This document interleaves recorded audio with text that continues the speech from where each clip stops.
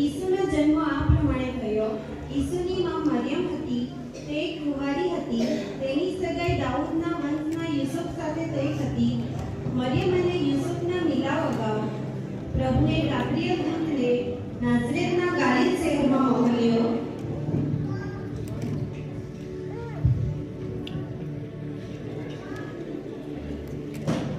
હે કૃપા પામેલી, સુખી રહે, પ્રભુ તારી સાથે છે. આ તે કઈ જાતની સલામ હશે? હે મરિયમ, ખબર જ નહીં, કેમ કે તું તેની કૃપા પામી છે. જો તને ગર્ભ રહેશે અને દીકરો થશે અને તું તેનું નામ ઈસુ પાડશે અને તે મોડો થશે અને પરત પરનો દીકરો કહેવાશે. એ કેમ કરીને થશે? કેમ કે મેં કોઈ પુરુષને જાણ્યો નથી. પવિત્ર આત્મા તારા પર આવશે અને પરત પરનું પરાક્રમ તારા પર આચ્છાદન કરશે અને જે તારાથી જન્મશે તે પવિત્ર દેવનો દીકરો કહેવાશે. જુઓ, હું પ્રભુની દાસી છું, તમારા કહ્યા પ્રમાણે મને થાવો.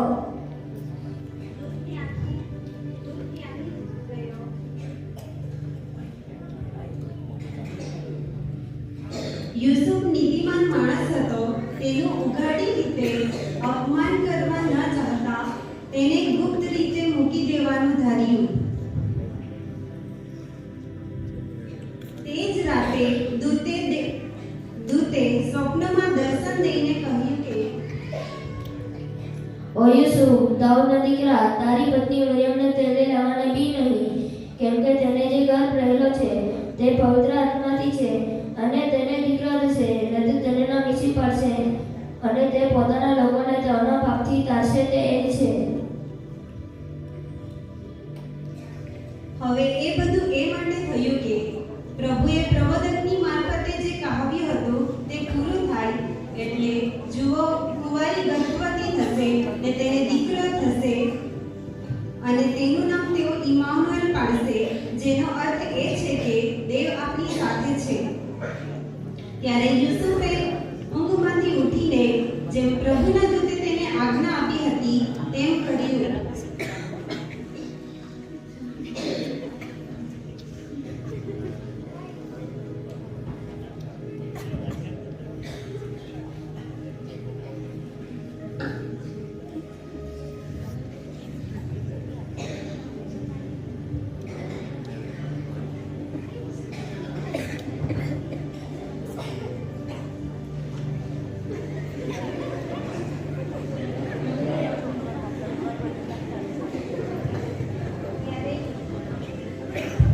ત્યારે યુસુફે ઊંઘમાંથી ઉઠીને જેમ પ્રભુના દૂતે તેને આજ્ઞા આપી હતી તેમ કર્યું. એટલે તે પોતાની પત્નીને તેડી લાવ્યો અને તેને દીકરો થયો ત્યાં સુધી તેણે તેને જણી નહીં.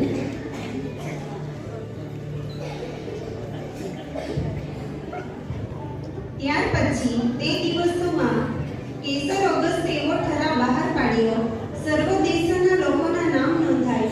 કુરેનિયસ સીરિયા પ્રાંતનો હાકેમ હતો. તેના વખતમાં વસ્તીની એ પ્રથમ વસ્તી ગણતરી હતી.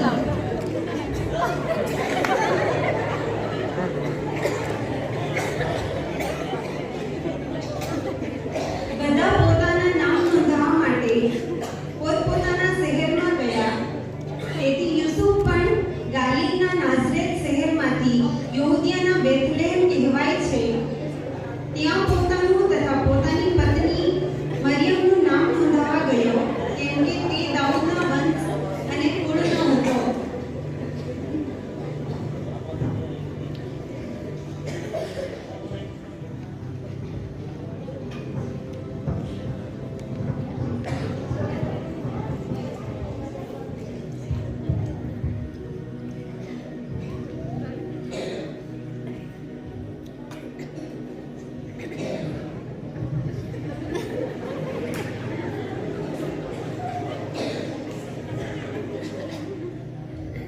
અને તેઓ નામ નોંધાવા ગયા તે સમયે મરિયમના દિવસો પૂરા થયા અને ઈસુનો જન્મ થયો.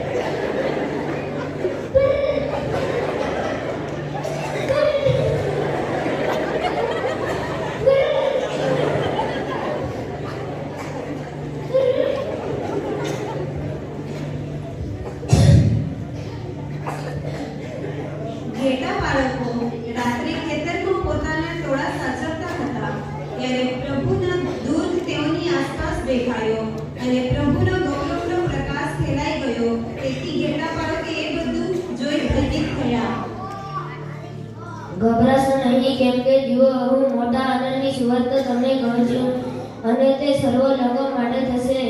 દાઉદના શહેરમાં તમારા માટે એક તાના એટલે ખ્રિસ્ત જન્મ્યા છે. તમારી અહીં નિશાની છે કે તમે એક બાળકને લુગડામાં લપેટેલો ગગનમાં સુતેલો જોશો.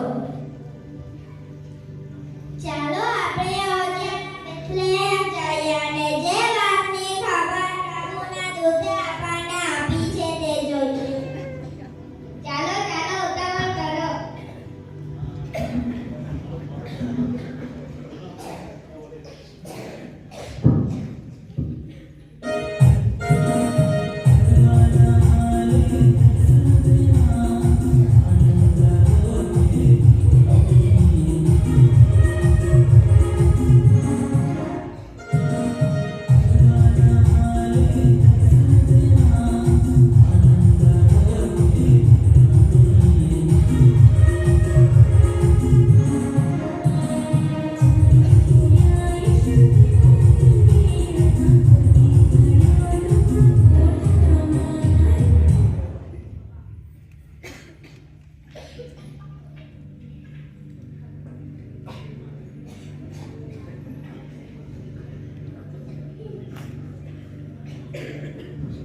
આ બાળક તો કેટલું સુંદર છે, જેમ કે પ્રભુના દૂતે આપણને કીધેલું તેવું જ.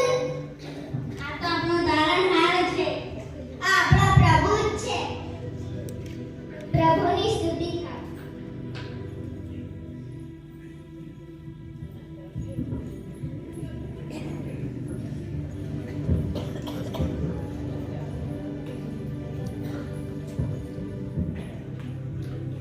અને તેઓએ દેવની મહિમા તથા સ્તુતિ કરી અને આનંદની સાથે પાછા ફર્યા.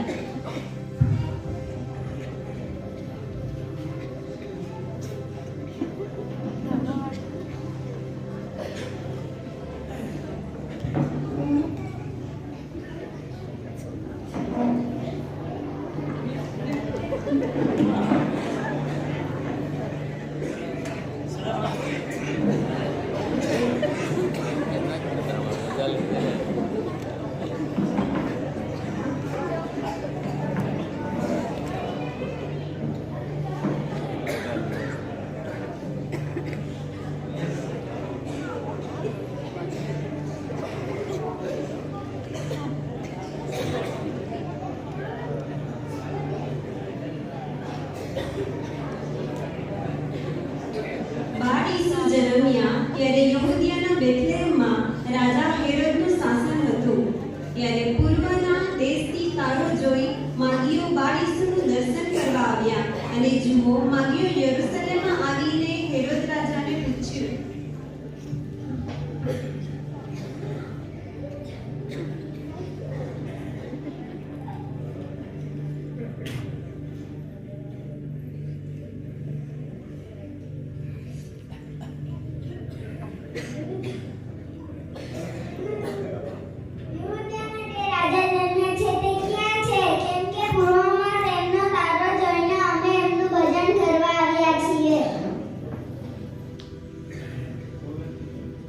મારા સિવાય બીજો કયો રાજા જન્મ્યો છે કે તેની મને ખબર નથી, અને તેની નિશાની શું છે?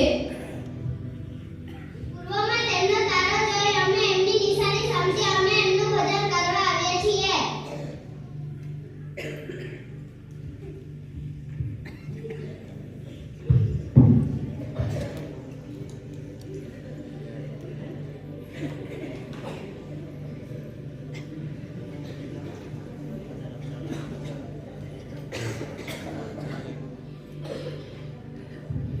સૈનિકો,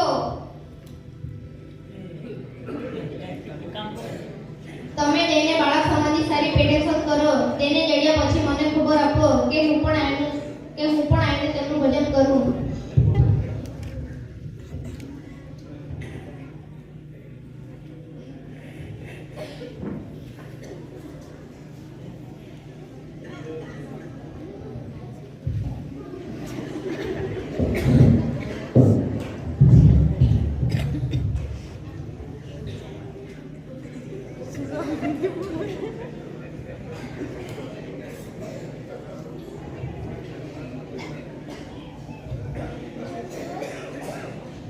તારે કોલ લઈને દેખાયો તે સંબંધી રાજા જાણવા માંગે છે કે રાજાનો હુકુમ છે કે તમે અમારી સાથે ચાલો.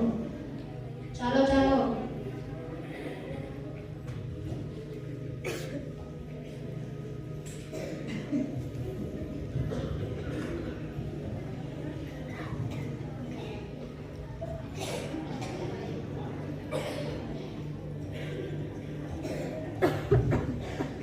તમે જઈને બાળક સંબંધી સારી પેટે કરો. તેને જડ્યા પછી મને ખબર આપો કે હું પણ આવીને તેમનું ભજન કરું. જી.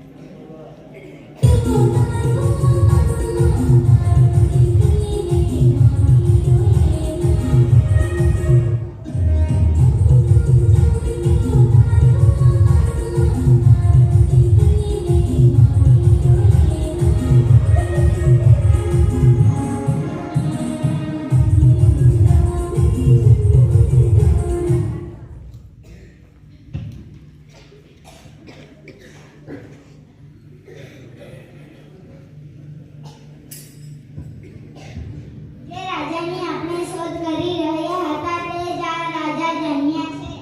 આ તો આપણો તારણહાર છે. આ તો આપણો પ્રભુ છે. આ તો આપણો તારનાર છે. પ્રભુની આપણે જે અર્પણ લાવીએ છીએ તે આપણે આપણા પ્રભુને ચડાવીએ. પ્રભુની સ્તુતિ થાવ.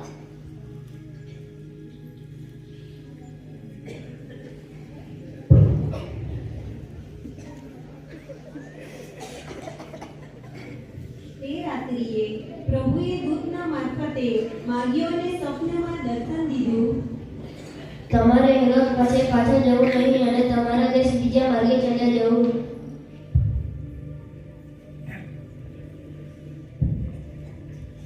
જેમને સપનું જોયું તો તમે પણ જોયું? તમે સપનામાં શું જોયું? દેવના દૂતે સપનામાં કીધું છે કે આપણે હેરોદ રાજા પાસે જવું નહીં પણ બીજા માર્ગે થઈ આપણા દેશમાં જવાનું છે. હા અમે પણ એ જ સપનું જોયું. તો ચાલો હવે આપણે બીજા માર્ગે થઈ આપણે આપણા દેશમાં જઈએ. તેથી માગીઓ ઉઠ્યા અને પ્રભુના દૂતે તેઓને કહ્યું તેમ કર્યું.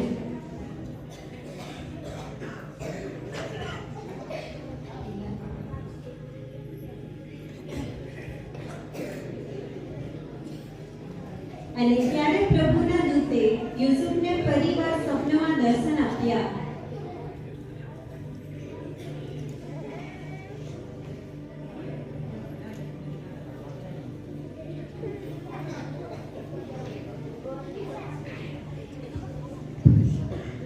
ઊભો થા અને બાળક તથા તેની માને લઈને મિસ્ર દેશમાં ચાલ્યા જા, કેમ કે હેરોદ બાળકનો જીવ લેવાનો ચાહે છે. હું તને જ્યાં સુધી કહું ત્યાં સુધી તું મિસ્રમાં જ રહેજે.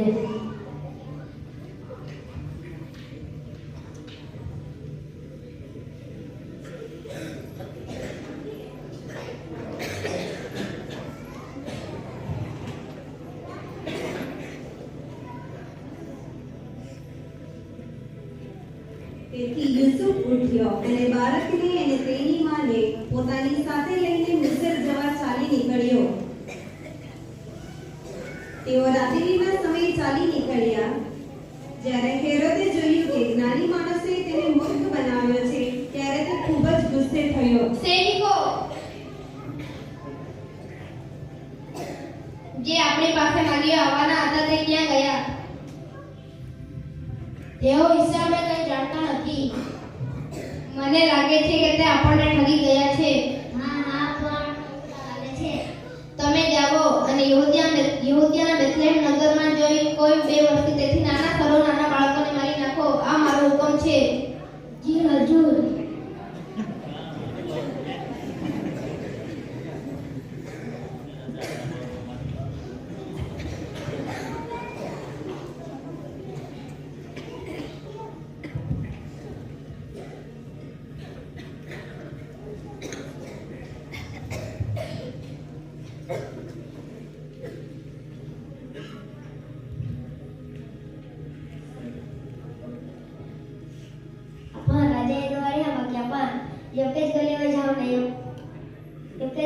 નિષ્ઠા તને જડી એટલે આપો વર્તાતા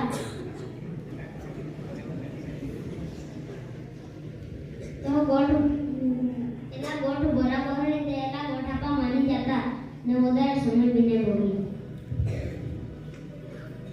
तू ये गली में जाओ, ये गली में जाओ, तू ये गली में जाओ। चलो चलो।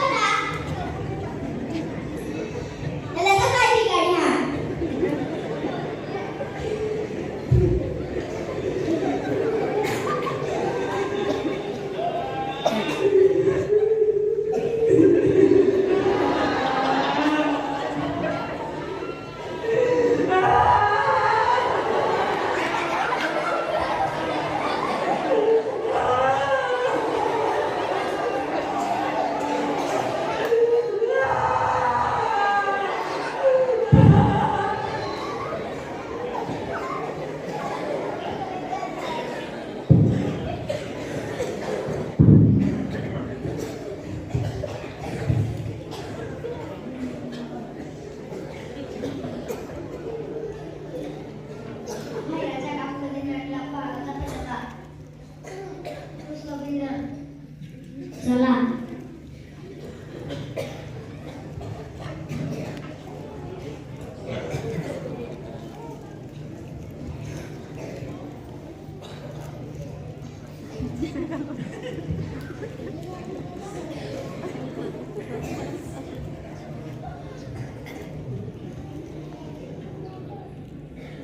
રાજાજી તમારા હુકમ પ્રમાણે અમે સર્વ નાના બાળકોને મારી નાખ્યા. સારું સારું, મને તમારા પર ગર્વ છે. અને જે પ્રમાણે હેરોદ સૈનિકોને આજ્ઞા આપી એ પ્રમાણે જેટલા 2 વર્ષ કે તેથી નાના બાળકો બેથલેહેમના સીમમાં હતા તેઓને મારી નાખ્યા. ત્યારે યર્મિયા પ્રબોધકે જે કહ્યું હતું તે પૂરું થયું. રડવાનો તથા મોટા વિલાપનો પોકાર રામામાં સંભળાયો. એટલે રાહેલ પોતાના બાળકો માટે રડતી ને તે દિલાસો પામવા ન હતી જાતી, કેમ કે તેઓ નથી. અને હેરોદના મરણ પછી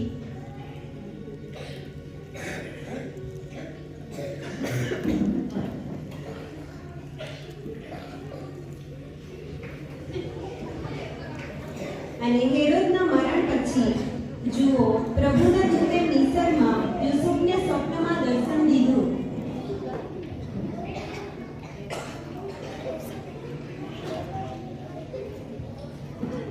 ઉઠને બાળક તેની માને લઈને ઇઝરાયલ દેશમાં ચાલ્યો જા, કેમ કે જેઓ બાળકને મારી નાખવા ચાહતા હતા તેઓ મરી ગયા છે.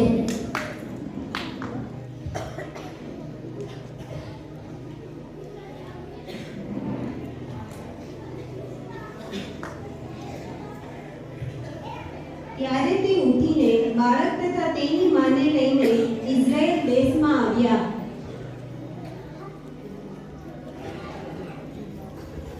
અને આ પ્રમાણે આપણા પ્રભુ ઈસુનો જન્મ થયો.